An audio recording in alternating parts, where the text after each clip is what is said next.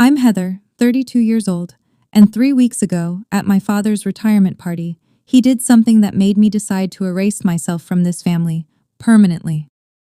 Picture this: a glittering country club ballroom, 200 guests in designer suits and cocktail dresses, champagne flowing like water.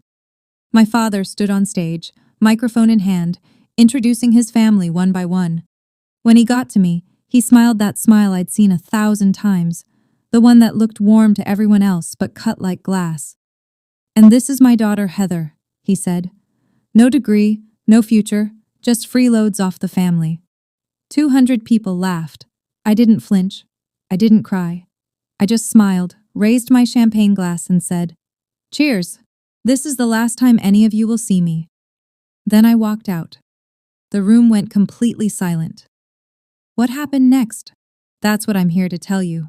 Before I continue, please take a moment to like and subscribe, but only if you genuinely want to know how this story ends. And let me know in the comments where you're watching from and what time it is there. Now let me take you back 12 years, to the day I was forced to leave college. The Evans family of Fairfield, Connecticut. That's how we were known. Upper middle class, respectable. My father, Richard Ivans, was CEO of a mid-sized logistics company. We had a 6-bedroom colonial on 2 acres, a Mercedes S-Class in the driveway, and a membership at the most exclusive country club in the county. From the outside, we looked perfect. My mother died when I was 8. Cancer, quick and brutal. I barely remember her face without looking at photographs, but I remember her hands, soft, always reaching for mine. 2 years later, my father remarried. Linda. She came with a son from her previous marriage, Marcus, 3 years older than me. Within months, they weren't just part of our family. They were the family. I became furniture, not in any dramatic way, you understand. No Cinderella-style abuse, just invisibility. Marcus got the praise for his grades. Mine were ignored. Marcus got the new car at 16. I got his hand-me-down. Marcus was the future of the company. I was also here.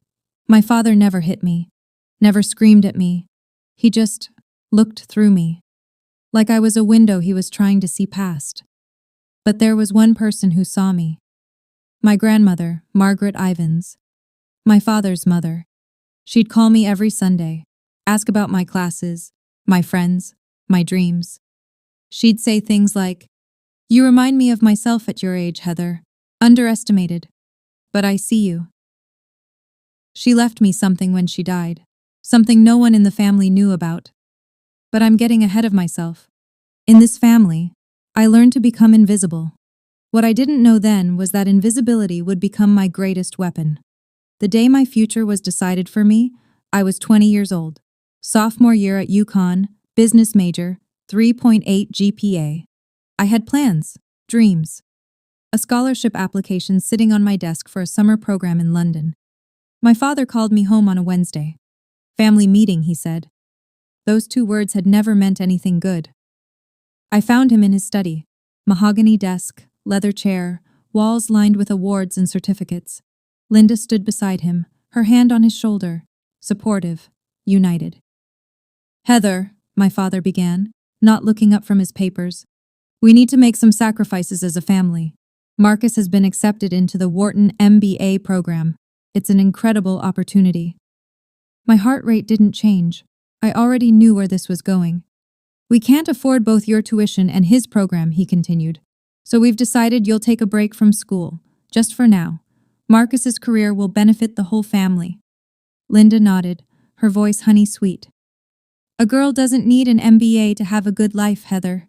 You'll find a nice husband someday. That's what really matters." I sat there, frozen. Not because I was surprised. I'd spent 12 years learning not to be surprised, but because some small, stupid part of me had still hoped. "You said you'd support my education," I heard myself say. "You promised Mom before she died." My father's jaw tightened. "Circumstances change. When the company stabilizes, I'll make it up to you." He never did.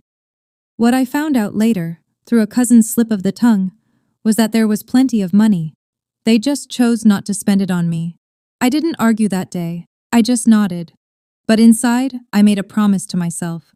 This was the last time I'd let anyone else decide my worth. I moved to Boston with $2,000 in savings and a suitcase of clothes that didn't fit the life I was leaving behind. My first apartment was a 400-square-foot studio above a laundromat in Allston. The radiator clanked all night. The walls were thin enough to hear my neighbor's TV. I ate ramen for dinner and day-old bagels from the cafe where I worked mornings. But here's the thing about rock bottom: you can't fall any further. I got a job as an administrative assistant at a small logistics company. Entry level, minimum wage plus benefits. The owner, a gruff man named Walter Barnes, saw something in me that my family never had. "You've got a brain, Heather," he told me one day. "Use it." So I did. I stayed late. I learned every system, every process. I took free online courses at night: supply chain management, operations, business fundamentals. MIT Open Course. Where became my college. I didn't call home, didn't ask for a single dollar. When my father's secretary sent me a birthday card with a $50 check from the family, I tore it up and threw it away. 4 years after I left Connecticut, I had saved enough to start my own consulting firm. Meridian Consulting, LLC. Just me, a laptop, and a rented desk in a co-working space. I kept my name off everything public. No LinkedIn profile, no press releases. All business went through the company name and my lawyer. Why the secrecy? Because I knew my family. If they found out I was succeeding, they'd find a way to take credit or tear it down. Some people build empires to prove their worth. I built mine in silence because silence was the only language my family had ever taught me. Grandmother Margaret died 2 years ago, when I was 30. I flew to Connecticut for the funeral, sat in the back pew, watched my father deliver a eulogy about a remarkable woman who dedicated her life to family. The irony was so thick I could taste it. At the reception, I kept to myself. No one seemed to notice I was there, which was exactly how I wanted it. But 3 days later, I got a call from a lawyer I'd never heard of. Eleanor Smith, from a Boston firm specializing in estate planning. "Ms. Ivins, I represent your grandmother's separate estate. She established a trust fund in your name 8 years ago, with explicit instructions that no other family member be informed of its existence." I nearly dropped my phone. The trust contained $800,000. "She left a letter for you as well," Eleanor continued. "Would you like me to read it?" I said yes, though my voice didn't sound like my own. "My dearest Heather," Eleanor read, "I know what they did to you. I know about the tuition, the promises, all of it. I argued with your father until I had no words left. He wouldn't listen. He never does. This money is yours. No strings, no conditions. Use it to build the life you deserve, the life they tried to take from you. Remember what I always told you. Don't let anyone say you're not worthy. When they finally see your worth, it will be too late for them. I believe in you. I always have. All my love, Grandma Margaret." I used part of that money to expand Meridian Consulting. The rest I kept as insurance, for a day I hoped would never come, but always knew might. That day came 3 weeks ago. Let me tell you about Meridian Consulting today. 15 employees, $4 million in annual revenue, offices in Back Bay, Boston, the kind of address that makes people take you seriously before you even open your mouth. I wear Cartier now, not because I need to impress anyone, but because I earned every piece myself. We specialize in logistics optimization, helping companies streamline their supply chains, reduce costs, improve efficiency. It's not glamorous work, but it's profitable, and I'm good at it. Here's the part that would make you laugh if it weren't so painfully ironic. One of our biggest clients is Ivins Logistics, my father's company. They signed a 5-year service contract with us 3 years ago. We handle their route optimization, warehouse management consulting, and carrier negotiations. The contract is worth about 40% of their annual revenue in operational savings. My father has no idea. All communications go through my team. All contracts are signed by my CFO, Daniel Reeves. The few times Richard Ivins has praised Meridian Consulting at industry events, he's been praising his own daughter's work. The daughter he told everyone was worthless. 3 weeks ago, I received a formal invitation to his retirement party. Gold embossed lettering. Richard Ivins requests the pleasure of your company. I almost threw it away. Almost. But then I thought about Grandma Margaret. about 12 years of silence, about every promise broken and every door closed in my face. I RSVP'd yes. Not because I wanted reconciliation, not because I hoped things had changed. I went because I knew, with absolute certainty, that my father would do something unforgivable. And when he did, I wanted to be there to say goodbye on my own terms. I just didn't know how right I would be. The Fairfield Country Club hasn't changed in 30 years. Same Swarovski chandeliers, same pretentious valet service, same crowd of old money and new ambition pretending they belong together. I wore a black Valentino dress, simple, elegant, expensive. My grandmother's pearl earrings, Cartier watch, Hermes Birkin bag. Everything I owned, I'd bought myself. That mattered to me more than the labels. Linda intercepted me at the entrance. She'd aged, but her smile hadn't. Still that perfect mask of warmth that hid something colder underneath. Her dress was Chanel, her diamonds were large, and her eyes did a quick inventory of my outfit before she spoke. "Heather, you came." Her tone suggested this was a pleasant surprise and a minor inconvenience. "Your father wasn't sure you'd have something appropriate to wear." I smiled. How thoughtful of him to worry. Inside, 200 guests mingled beneath crystal light. The who's who of Connecticut business, bankers, lawyers, executives, politicians. I recognized some faces from my father's old dinner parties. None of them recognized me. Marcus swept past with a model thin blonde on his arm, not even glancing my direction. He was telling someone about his vision for the company's future. Classic Marcus. All confidence, no substance. I found my seat assignment. Table 14. The far corner near the service entrance with friends of the family I'd never met. Not the family table, not even close. I wasn't surprised, but I noted it. A waiter offered champagne, Dom Perignon, nothing but the best for Richard Ivans's big night. I took a glass. Across the room, I caught my father's eye. He nodded once, a dismissal disguised as acknowledgement, then turned back to his real guests. The evening was just beginning, and I had a front row seat to my own family's contempt. I've learned, over the years, that the best information comes from staying quiet and keeping your ears open. From my corner table, I watched and listened. The acoustics in that ballroom carried conversations better than people realized.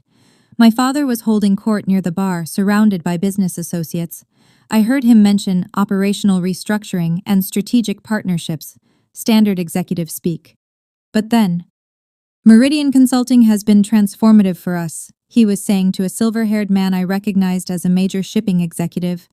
"They're the backbone of our operations now. Whoever runs that company is a genius." The other man nodded. "I've been trying to get a meeting with them for months. Very private operation.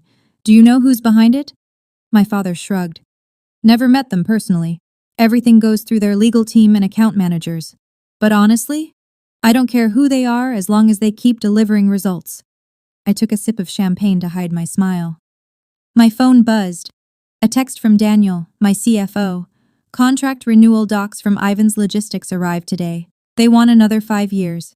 Waiting on your decision." I typed back, "I'll have an answer by end of week." What my father didn't know, what nobody in that room knew, was that Meridian's contract with Ivan's Logistics was coming up for renewal. If we walked away, they'd lose 40% of their operational efficiency overnight. In logistics, that's not just an inconvenience, that's a death sentence. I hadn't decided what to do yet. Part of me wanted to keep the professional relationship separate from the personal toxicity, but as I watched my father bask in praise for his company's success built partly on my work, I felt something shift. Tonight would determine everything. I needed a refill on my champagne. Or maybe I just needed to move, to shake off the strange energy building in my chest. At the bar, I ran into the extended family firing squad. Aunt Susan, Linda's younger sister, spotted me first. Her face did that thing where surprise becomes pity, becomes condescension in about half a second. "Heather, oh my goodness, I almost didn't recognize you." She looked me up and down.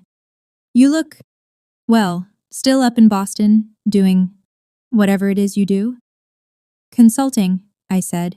"Supply chain management." "Oh, how nice." The way she said it made it sound like I'd told her I collected bottle caps. Are you seeing anyone? Your father mentioned you're still single. 32, right? Time flies. Before I could respond, Uncle David joined in. Richard was just telling me you're still figuring things out. Nothing wrong with being a late bloomer, I suppose. Not everyone is meant for traditional success. I realized, with cold clarity, what had happened. My father had briefed them, given them talking points about the family disappointment, set the narrative before I even arrived. Richard said you had some emotional difficulties after leaving school, Aunt Susan continued, lowering her voice conspiratorially. Mental health issues. So brave of you to come tonight despite everything. I felt my grip tighten on my champagne glass. Not from hurt. I was long past that. From the sheer audacity. I appreciate the concern, I said, keeping my voice steady. But I'm doing very well, actually. Better than I've ever been. They exchanged glances. The kind that says, poor thing doesn't even know how far she's fallen. I excused myself before I said something I'd regret. But a plan was forming in my mind. Cold, clear, inevitable. Marcus found me on the terrace, looking out at the golf course. The September air was cool, and the stars were just starting to appear. Well, well, his voice came from behind me, heavy with contempt. The prodigal daughter. I didn't turn around. Marcus, he stepped beside me, close enough that I could smell his cologne. Tom Ford, probably a gift from our father. Dad's about to give his speech. Wanted to make sure you weren't planning any dramatic scenes. Why would I do that? Because you've always been jealous.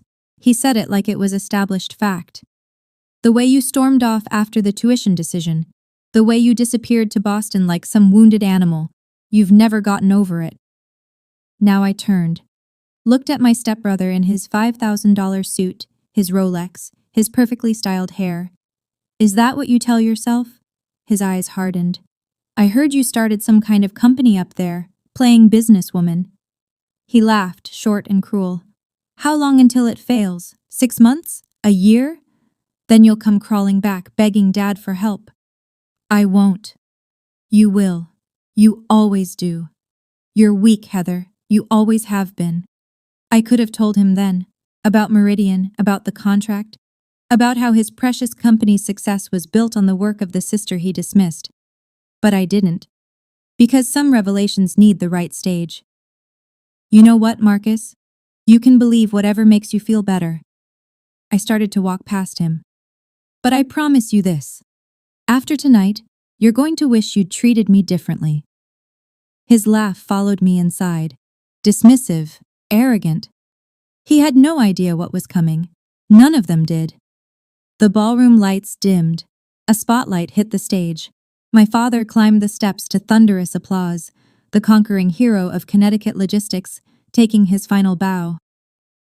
Thank you, he said, his voice carrying that practiced warmth he'd perfected over decades. 40 years in this business. It's been one hell of a ride. Laughter. More applause.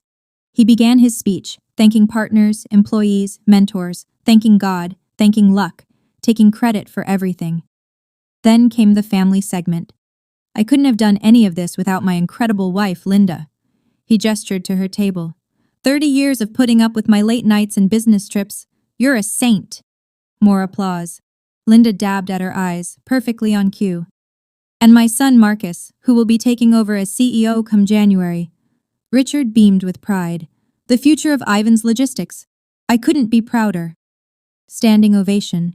Marcus rose, waved, the picture of corporate royalty. Then my father's eyes found me, and something shifted in his expression. Something mean. And of course, my daughter, Heather. The spotlight swung to my table. I felt 200 pairs of eyes turned toward me. No degree, no real career, just freeloads off the family. He paused for comedic effect. But hey, at least she showed up tonight. Maybe someday she'll find a rich husband to take care of her. The room erupted in laughter, real laughter, the kind that comes from people who think they're in on a joke, not realizing they're watching cruelty dressed up as comedy. I sat perfectly still, didn't flinch, didn't cry, didn't look away. I just waited for the laughter to fade, and then I stood up. The room went quiet as I rose. I could feel every eye on me.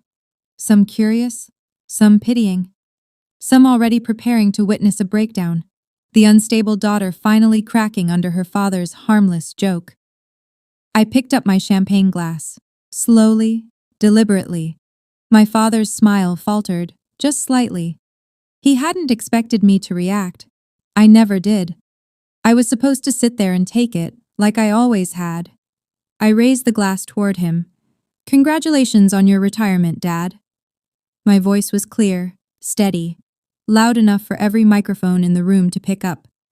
40 years in business, quite an achievement. I paused. "You taught me a lot. About hard work, about sacrifice, about exactly what kind of loyalty family can expect from you." The silence was absolute now. I could hear someone's ice clinking in their glass 3 tables away. "So here's to you." I lifted my champagne higher. "Cheers. This is the last time any of you will see me." I set the glass down without drinking. Then I picked up my Birkin bag, turned, and walked toward the exit. My Louboutin heels clicked against the hardwood floor, the only sound in that cavernous room. I didn't run, didn't hurry, just walked, spine straight, head high. Behind me, silence. Complete, total, devastating silence. Someone gasped. Someone else whispered something I couldn't hear. But mostly there was just the echo of my footsteps and 200 people trying to process what they'd just witnessed. The daughter who was supposed to be broken had just walked out on her own terms. I pushed through the double doors and stepped into the night. And for the first time in 12 years, I could breathe. I was almost to my car, a Tesla Model S, black, custom plate reading MRDIAN1, when I heard footsteps behind me. Heather, stop right there!" Linda's voice, shrill and furious. I kept walking. "What do you think you're doing?" She grabbed my arm, spinning me around. Her face was red beneath the country club lights. Her careful composure cracked. "Do you have any idea what you just did? You humiliated your father in front of everyone." I looked at her hand on my arm until she removed it. "I humiliated him?" I asked quietly. "I think you have that backwards." My father appeared behind her, his face a thundercloud. 200 guests were probably watching from the windows. He was aware of that. I could see him calculating. "Get back inside," he said, his voice low and dangerous. "Apologize. Now." "No." The word hung in the air between us. "This isn't a negotiation, Heather. I'm your father. I'm telling you." "You're telling me what?" I cut him off, something I'd never done in my life. That I should go back in there and let you keep using me as your punchline? That I should smile while you tell 200 people I'm worthless? It was a joke. It was the truth of how you see me. And I'm done pretending otherwise. I opened my car door. My father stepped forward. "If you leave now, you're done. Do you understand me? No more family, no more support, nothing." I almost laughed. "Dad, you cut me off 12 years ago. You just didn't have the courage to say it out loud." I slid into the driver's seat. "Tonight, I'm saying it for both of us." I started the engine. "Goodbye," and I drove away. I pulled into a rest stop about 20 minutes outside Fairfield and sat in my car, engine idling, hands still on the wheel. For a long moment, I just breathed. Okay, let me step out of the story for a second and talk to you directly. I know some of you watching this have been through something similar. Maybe not a retirement party, maybe not 200 witnesses, but that feeling of being the family disappointment, the one they talk about in whispers, the one whose success they refuse to see. I know you understand. If you've ever sat at a family gathering while someone made you the punchline, if you've ever smiled through pain because making a scene would only prove them right, if you've ever loved people who made you feel invisible, this story is for you. So here's what I'm asking. If any of this is resonating with you, drop a comment. Tell me your story, or just let me know you're here. Because honestly, knowing I'm not alone in this, that means more than you can imagine. And if you want to know what happened next, and trust me, the next part is where everything changes, make sure you're subscribed. Hit that bell, because what my father discovered in the weeks after that party, well, let's just say he learned exactly how wrong he was about me. Now, back to the story. The morning after the party, I woke up in my Boston apartment feeling lighter than I had in years, but I knew it wasn't over. Families like mine don't let go that easily. They would try to control the narrative, spin the story, Make me the villain. What they didn't know was that I had something they couldn't spin their way out of. Let me tell you about the week that followed. It started with text messages, not from my father. He was too proud for that, but from cousins, aunts, family friends.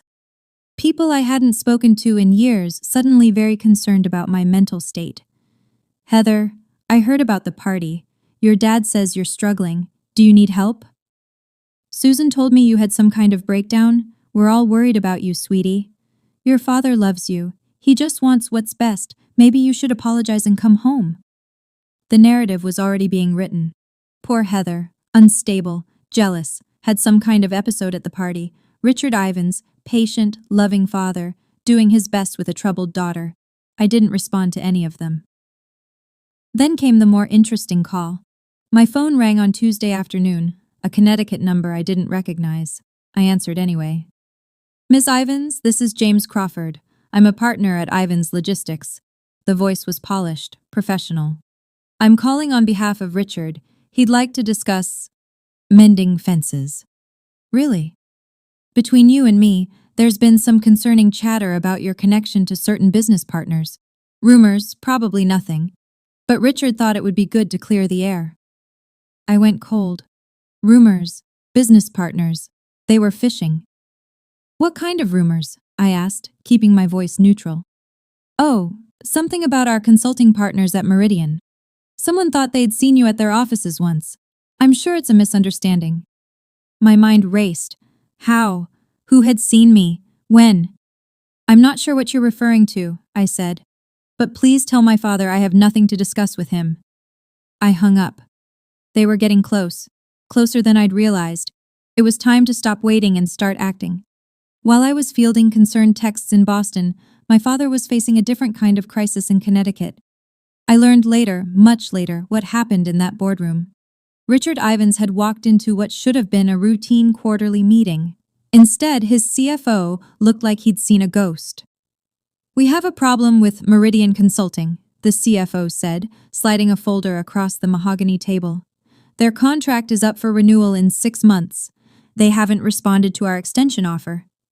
Richard frowned. So, send another offer. Increase the terms if you have to. We've tried, 3 times. Their legal team just says under review. Then call their executives directly. We've tried that too. The CFO shifted uncomfortably. Sir, Meridian Consulting is extremely private. No one meets with their leadership. Everything goes through intermediaries. Richard's frown deepened. We've been working with them for 3 years. Someone must have met with them. No, sir. It's all been virtual meetings, legal representatives, account managers. No one at this company has ever met the actual ownership. A long silence.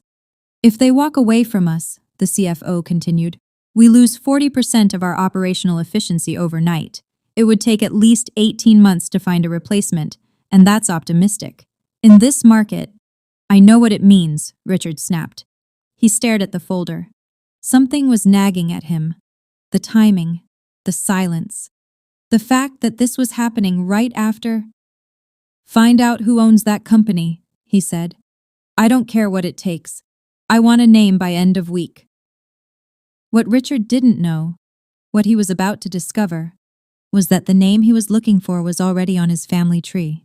Thursday evening, my phone rang. Linda. I almost didn't answer, but curiosity got the better of me. Heather, sweetheart. Her voice was honey and sugar, the performance of a lifetime. I've been so worried about you. Have you? Of course. Your family. That's what family does. She laughed softly, as if we were sharing a private joke. Listen, about the party, your father feels terrible. He didn't mean what he said. You know how he is. He was nervous, trying to be funny. He said I had no future and no worth, in front of 200 people. He exaggerates when he's anxious, you know that. Linda paused, recalibrating. Why don't you come home this weekend? We could have dinner, just the 4 of us. Clear the air, start fresh. I could picture her sitting in that pristine living room, rehearsing this call, planning exactly which buttons to push. The concerned mother, the peacemaker, the bridge between troubled daughter and wounded father. Does Dad want to apologize? I asked. A slight hesitation. He wants to move forward, That's what matters, isn't it? So no apology. Heather, don't be difficult. We're trying to help you. Help me? Now I laughed. Linda, you've spent 22 years making sure I knew I wasn't really part of this family. Now you're calling to help me? Why? Another pause. Longer this time. I think we both know there's more going on here than just family drama, she said, her voice dropping its warmth. Whatever you're planning, and I know you're planning something, it would be better for everyone if you just came home and talked this through. No. I hung up before she could respond. They knew something. They just didn't know how much to be afraid of yet. The next morning, I drove to Eleanor Smith's office in downtown Boston. Eleanor had been my grandmother's lawyer and, since the trust fund, had become mine. Her office was sleek and efficient, glass and steel, Boston skyline views, the kind of place where serious business happened. I've been expecting you, she said when I walked in. I assume this is about Ivan's Logistics. They're investigating Meridian, trying to find out who owns it. Eleanor nodded, unsurprised. Your anonymity was always going to be temporary. The question is, how do you want this to unfold? She spread documents across her desk. The Meridian contract with Ivan's Logistics, every clause, every renewal term, every exit provision, the trust fund documents, the company and corporation papers. Your contract includes a standard 30-day termination notice, Eleanor said, pointing to the relevant section. You can end the agreement for any reason. No penalties, no legal exposure. And my grandmother's trust? Completely separate from the Ivans family estate, legally unimpeachable. Richard has no claim to any of it, even if he tried to contest. She looked at me over her glasses. Margaret made sure of that. I stared at the papers. Everything was in order, everything was legal, every T crossed, every I dotted. What did my grandmother say about all this when she set up the trust? Eleanor smiled sadly. She said, one day, Heather is going to need leverage, and when that day comes, I want her to have it. I felt tears prick at my eyes. Grandmother Margaret, protecting me even from the grave. She also said something else, Eleanor added. Tell her not to be cruel about it. Just be honest. Sometimes the truth is punishment enough. I nodded. The truth it was then. That afternoon, I sat down with Daniel Reeves, my CFO, in Meridian's conference room. Daniel had been with me since year 2. He knew everything about my family, about Ivan's Logistics, about why I'd kept my name off the paperwork. He was loyal, competent, and the closest thing I had to a true ally. They want to renew the contract, he said, scrolling through his tablet. 5 more years. Actually increase the terms by 12%. They're nervous. They should be. I pulled up the financial projections on the conference room screen. Numbers don't lie, and these numbers told a devastating story. If we walk away, Ivan's Logistics loses 40% of their operational efficiency within 60 days. In logistics, that's not a dip. That's a free fall. Their clients will start looking elsewhere. Their margins will collapse. Daniel nodded. Marcus just took over as CEO. If this hits on his watch, his reputation is finished before he starts. We sat with that for a moment. It felt surreal, holding so much power over people who had spent decades making me feel powerless. What do you want to do? Daniel asked. I'd been thinking about this for days, about Grandma Margaret's words, about revenge versus truth, about what kind of person I wanted to be. Draft the termination letter, I said finally. 30-day notice per the contract terms. No malice, no accusations, just business. And the reason? Strategic repositioning. That's all they need to know officially. I paused. But I'm also going to write a personal letter to my father. Separate envelope. He deserves to know exactly who he's been depending on, and exactly why that's ending. Daniel nodded. When do you want to send it? Monday. First thing. No more waiting. No more hiding. I spent all of Sunday writing that letter. Not the official termination notice. Daniel handled that. The professional language, the legal provisions, the clinical restructuring of client portfolio explanation that would go in the file. I wrote the personal letter. The truth. I went through 7 drafts. The first was too angry. Pages of accusations, every hurt catalogued and condemned. The second was too cold. The third was too desperate. The final version was simple, clean, factual. Dear Dad, you said I had no future. You told 200 people I was worthless. I want you to know something. The company you called the backbone of Ivins Logistics, Meridian Consulting, is mine. I built it. I own it. For 3 years, the daughter you dismissed has been a cornerstone of your business. I'm ending our contract, not as revenge, as a boundary. Grandma Margaret left me a trust fund you never knew about. She saw what you couldn't, that I was worth investing in. Everything I have, I built myself, with her faith and without your support. I don't need you to apologize. I don't need you to understand. I just need you to know that I am not what you said I was. I never was. Don't contact me again. Heather Margaret Evans. I included my middle name deliberately, the name I'd added 3 years ago in honor of the only person in my family who'd believed in me. I also included a photocopy of the Meridian Incorporation papers. My name as sole owner clearly visible. I read the letter 3 times, checked for typos, checked for excessive emotion, found none, just the truth. Sometimes I thought, that's the most devastating weapon of all. Monday, 9 a.m. Courier confirmation. The package had arrived at Ivan's Logistics headquarters. Someone named Patricia Chen had signed for it. Richard's executive assistant. I remembered her from childhood. I sat in my office, watching my phone, waiting.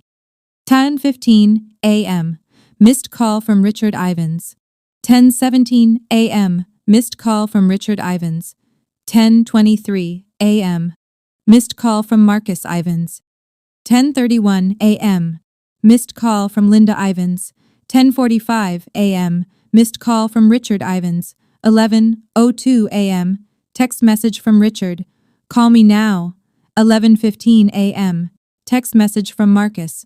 What the hell is this? Call us. 11:34 a.m. Text message from Linda.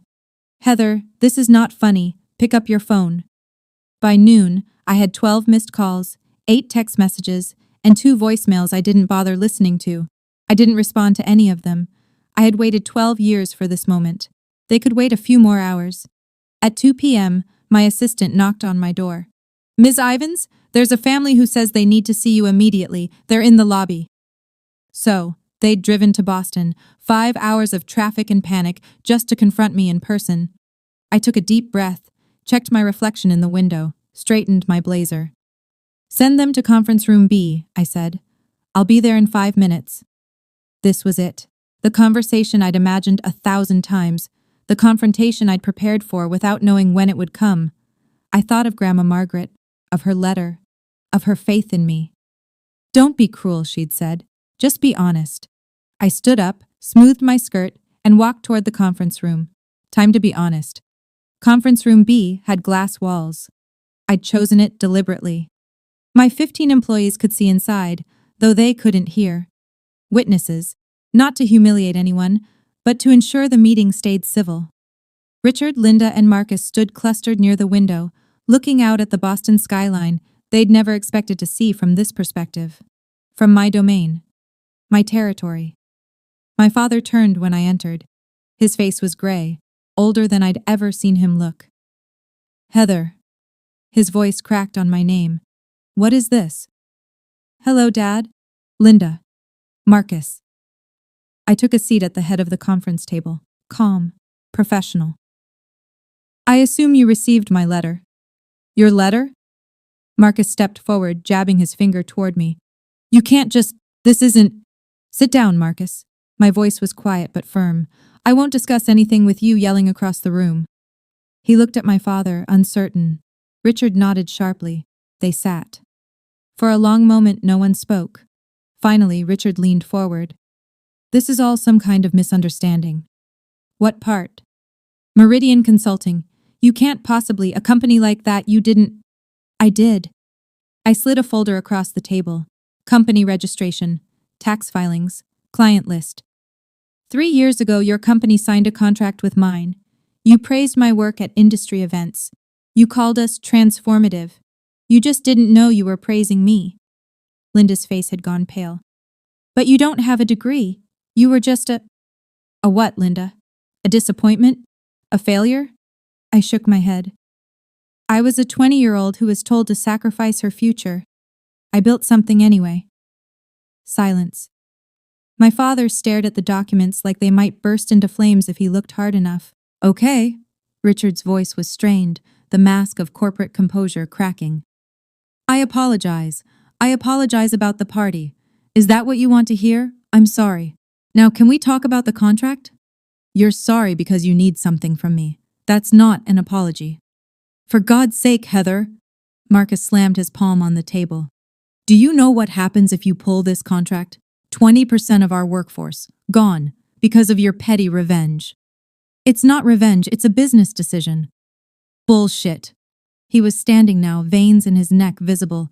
You've been planning this for years, waiting to destroy us. This is sick. I planned nothing.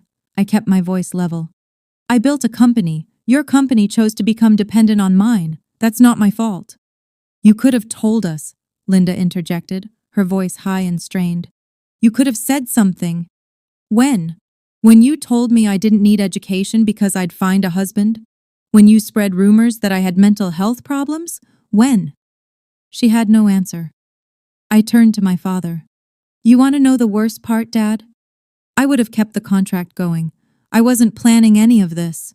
But then you stood in front of 200 people and told them I was worthless, that I had no future. I paused.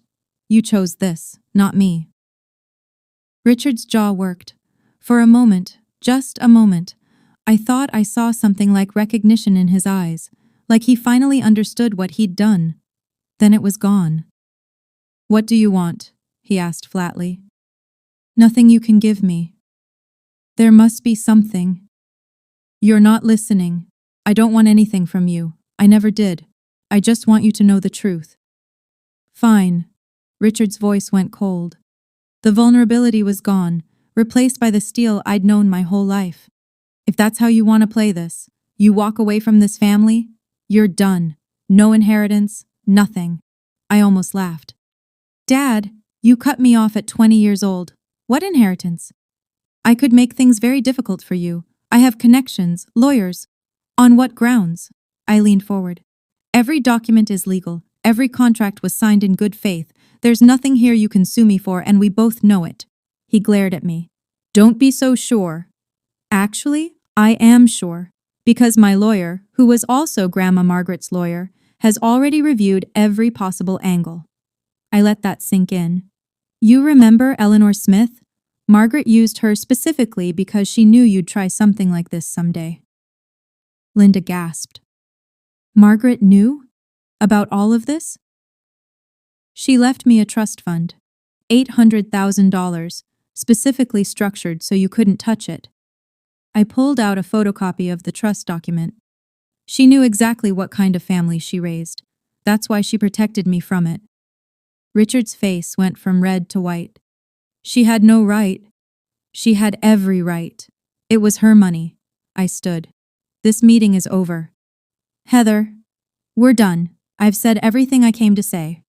I walked toward the door, then paused. One more thing. If you contact me again, calls, texts, showing up at my office, I will release every email, every document, every record of how this family has treated me. All of it is legal, all of it is backed up, and all of it would make a very interesting story for the business press. I opened the door. The receptionist will show you out. I stood in the doorway, watching them gather themselves.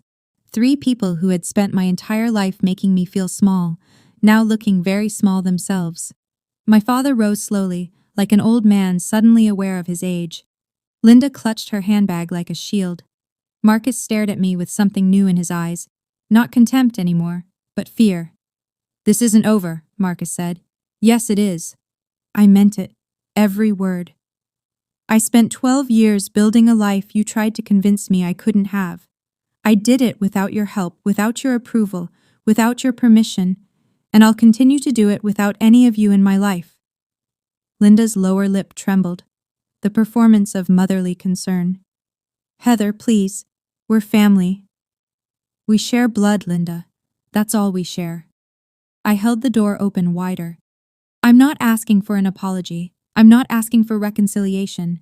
I'm setting a boundary. Don't contact me again. Don't mention me to your friends, your colleagues, anyone. Just let me go. Richard stopped in front of me. For a moment, we just looked at each other. Father and daughter, strangers who happened to share a last name. "You really hate us that much?" he asked, his voice barely above a whisper. "No, Dad, I don't hate you. That's what you don't understand." I met his eyes steadily. "I just don't need you anymore. And that's something you'll have to learn to live with." He had no response to that. They walked out through the lobby, past my employees who carefully pretended not to watch. The glass doors closed behind them. I went back to my desk, opened my laptop, and got back to work. Okay, let me pause here again. If you're still watching, first of all, thank you. This isn't easy to tell, and knowing you're listening means more than you know. If you think this is where the story ends, it's not. The fallout from that meeting rippled out further than I expected. When I sent that termination letter, I thought I was just setting a boundary, protecting my peace, walking away from people who had hurt me. I didn't anticipate what would happen to Ivan's logistics, or to my father's reputation, or to the family secrets that would come spilling out once people started talking. Here's my ask. If this story has moved you, if it's made you think about your own family, your own boundaries, your own worth, hit that like button. It helps more than you know, and subscribe if you haven't already. Turn on notifications, because the ending of this story, it's complicated, it's messy, and it taught me something about revenge that I didn't expect. Also, I'd love to hear from you. Drop a comment telling me, have you ever had to walk away from family? Did it feel like freedom, or like grief, or maybe both?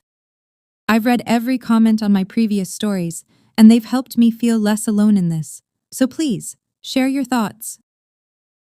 Now, back to the story.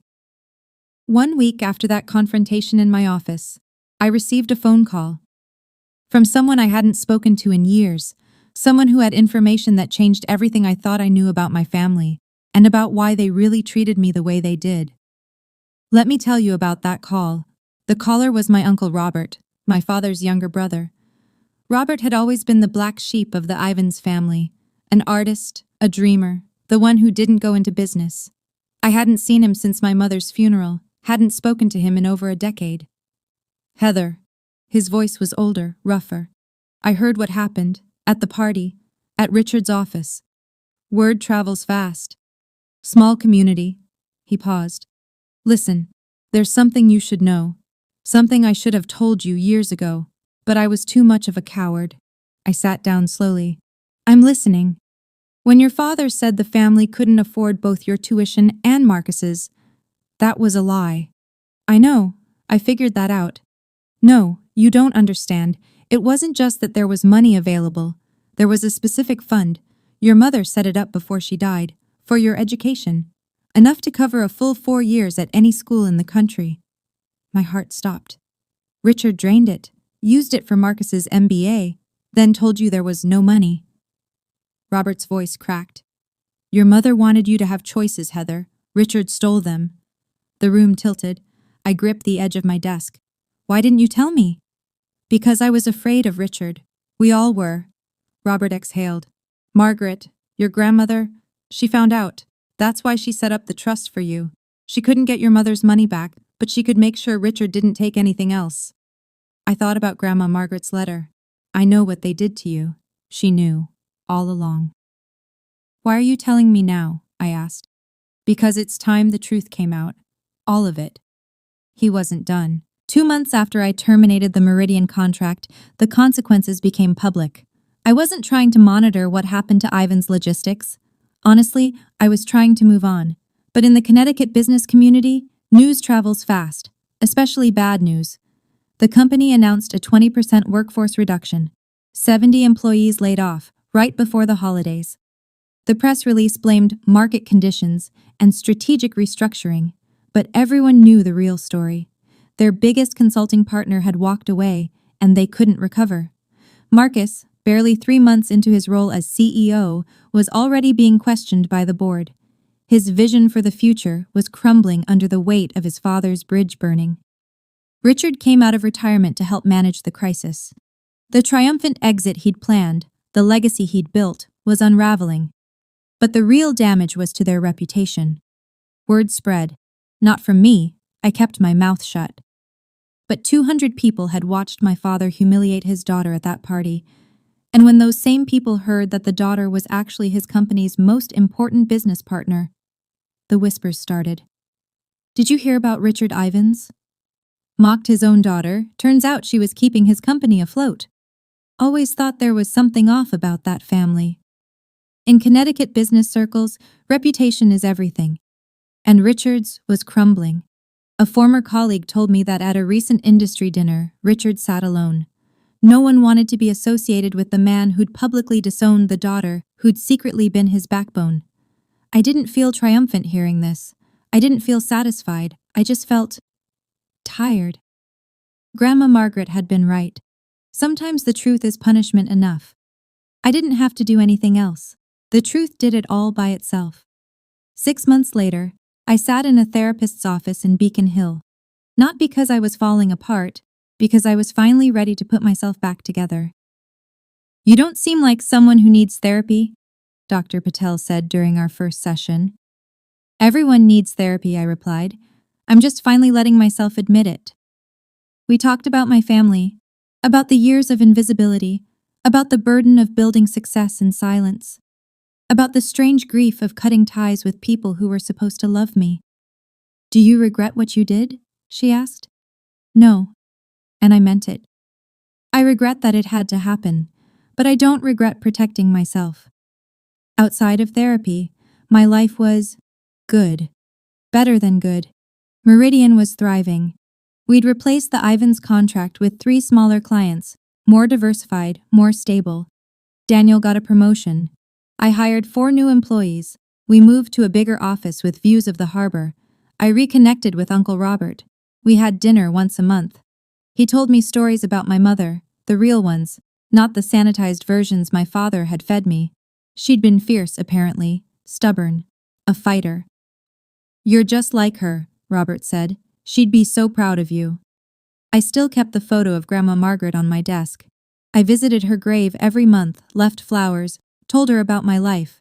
It felt strange talking to a headstone, but also healing. I did it, Grandma, I told her one spring morning. I didn't let them define me.